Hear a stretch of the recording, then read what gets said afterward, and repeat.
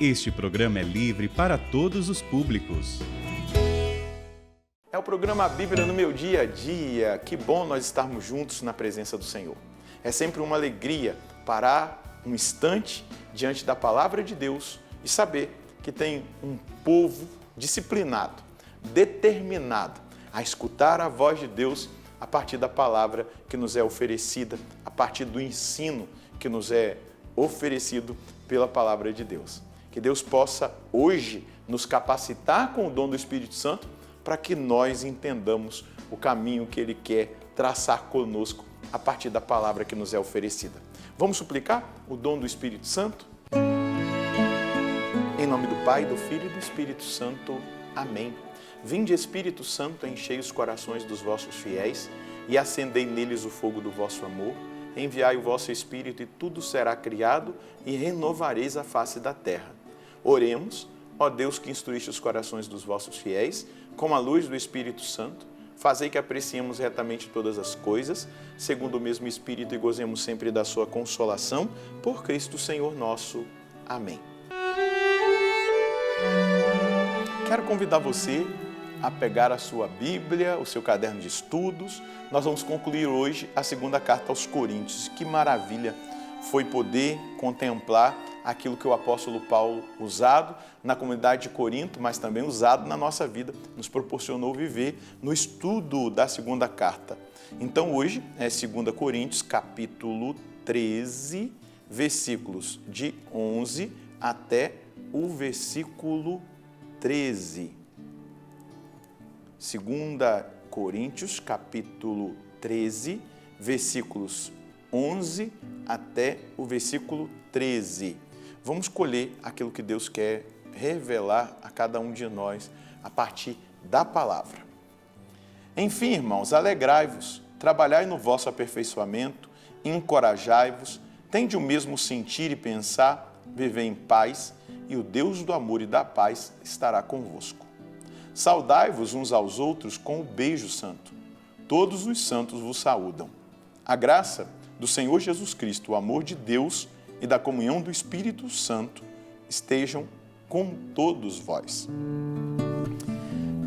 O apóstolo está concluindo aqui a segunda carta e ele nos dá um itinerário, como deu à comunidade de Corinto. Nós podemos fazer esse itinerário. Alegrai-vos. Essa é a primeira palavra. Alegrai-vos. A alegria do pertencimento. A alegria de nós pertencermos a Cristo. Não existe alegria maior do que corresponder ao amor de Deus, amando acima de todas as coisas. Nós experimentamos essa alegria que não passa. Depois, o próximo passo que o apóstolo ensina, trabalhai no vosso aperfeiçoamento. Nós nunca poderemos parar. Os místicos dizem que quando nós paramos, não há possibilidade de ficar estagnado. Na vida espiritual, ou você avança ou você regride. Não existe uma realidade que, eu parei e fiquei. Não, você vai regredir se você não progredir. Então, por isso o apóstolo está dizendo, trabalhai no vosso aperfeiçoamento. Depois, um compromisso que nós precisamos ter uns com os outros, como cristãos. Encorajai-vos. Nós precisamos encorajar uns aos outros a viver na palavra, a viver na verdade, a viver o caminho da perfeição, o caminho da santidade. Encorajar uns aos outros a deixar o mundo, o mundanismo, a mentalidade pagã, as ideologias, tudo aquilo que nós temos visto no nosso tempo. Encorajai-vos. Tende coragem de ser de Deus, tende coragem de ser santos, de ser santa. Olha que palavra para concluir. Tende um mesmo sentir e pensar.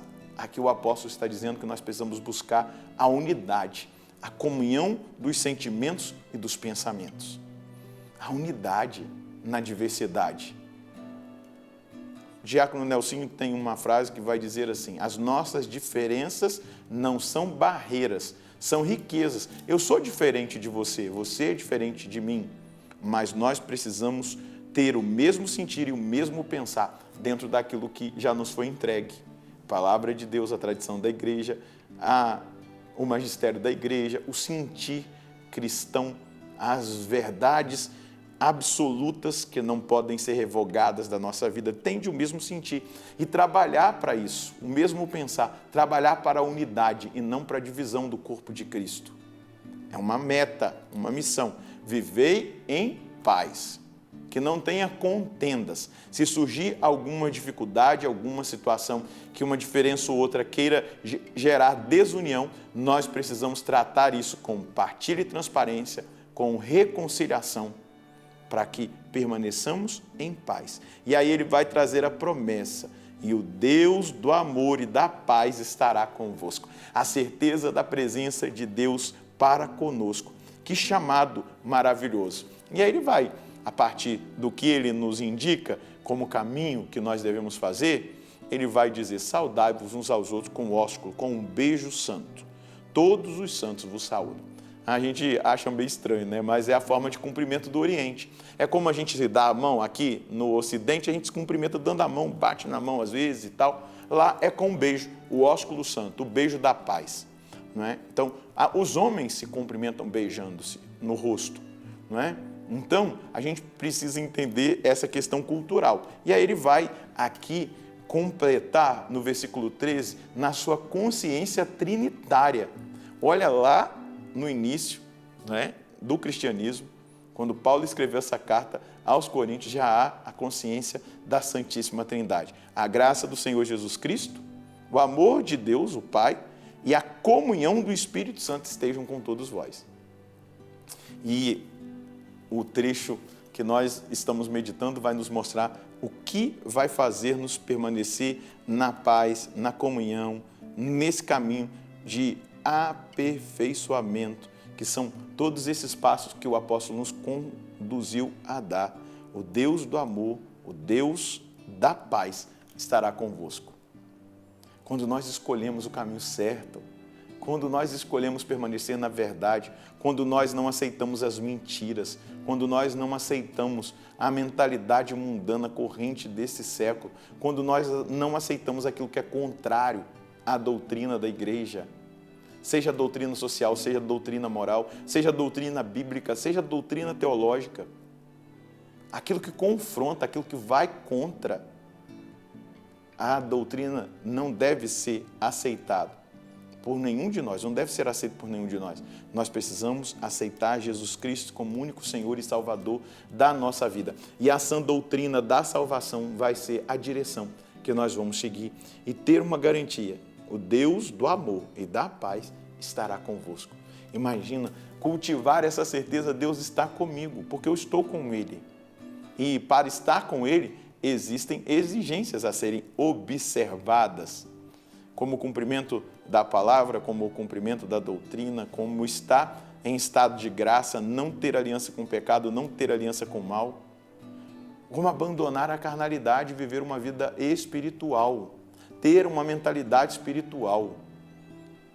Nós precisamos gerar impacto na geração onde nós estamos com o nosso modo de viver. As pessoas precisam olhar para o cristianismo do século XXI e dizer: nossa, era como na época do apóstolo Paulo, era como na época do próprio Cristo, quando ele caminhou os 3 anos com os apóstolos. Eles vivem dessa maneira, eles vivem com intensidade o amor. Eles testemunham a radicalidade de vida, eles vivem a radicalidade do Evangelho, eles não negociam o Evangelho, eles não adequam o Evangelho à mentalidade corrente para serem aceitos, mas eles vivem de acordo com o Evangelho.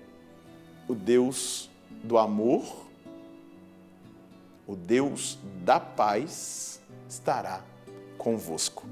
A mensagem que eu quero colher de Deus hoje é exatamente aquilo que o apóstolo indica ao final, aos Coríntios. Primeira coisa que eu quero destacar aqui na mensagem que eu colho de Deus: preciso permanecer na graça de Deus para que, então, eu viva a alegria verdadeira e permanente. Sou chamado a trabalhar no meu aperfeiçoamento, devo encorajar os meus irmãos a viverem na fidelidade ao Evangelho e assim buscar a unidade, a comunhão e a paz com todos.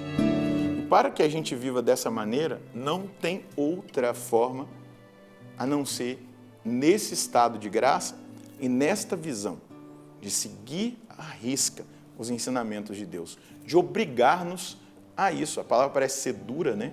Mas não é não. A aplicação dessa palavra é obrigar-nos a adequar-nos àquilo que o Senhor está falando e nos ensinando no estudo bíblico de hoje. Você vai viver na alegria e na paz. Veja se não vale a pena aplicar essa palavra na vida. Veja se não vale a pena trabalhar para o nosso aperfeiçoamento, buscar a comunhão, a unidade, a paz com todos. Veja se não é imperativo que nós encorajemos uns aos outros. Dessa forma, nós vamos viver segundo a vontade de Deus e os critérios dele. Vamos rezar? Senhor, obrigado por esta carta do apóstolo Paulo, essa segunda carta que iluminou o nosso caminho nesse tempo de estudo bíblico. E nessa conclusão, uma provocação tremenda que o apóstolo faz aos coríntios e faz a mim e aos meus irmãos hoje. Trabalhar para a nossa perfeição. Buscar o encorajamento dos nossos irmãos em tudo, para que vivam segundo os critérios do reino e não segundo as máximas do mundo. O Senhor nos convida a buscar a comunhão, a unidade, a paz uns com os outros. E o Senhor faz uma promessa.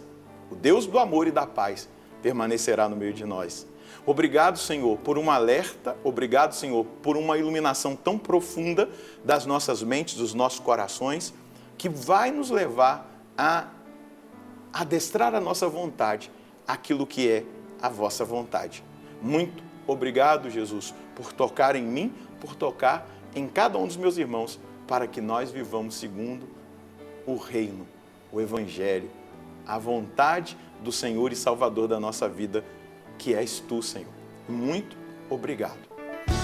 Meu irmão, minha irmã, ao terminarmos a segunda carta de Paulo aos Coríntios, nós terminamos com essa missão, de trabalhar para a nossa santificação, a nossa perfeição, de encorajar os nossos irmãos e as nossas irmãs no caminho do reino, no caminho da salvação, de buscar a unidade no mesmo sentir e no mesmo pensar de Cristo, da igreja, e também de buscar cada vez mais estar em paz uns com os outros. Isso vai nos dar para a nossa vida, para a nossa caminhada, uma força tão grande, porque a certeza é da permanência do Senhor conosco e o cumprimento da profecia de Mateus 28:20. Estou convosco todos os dias até os fins dos tempos.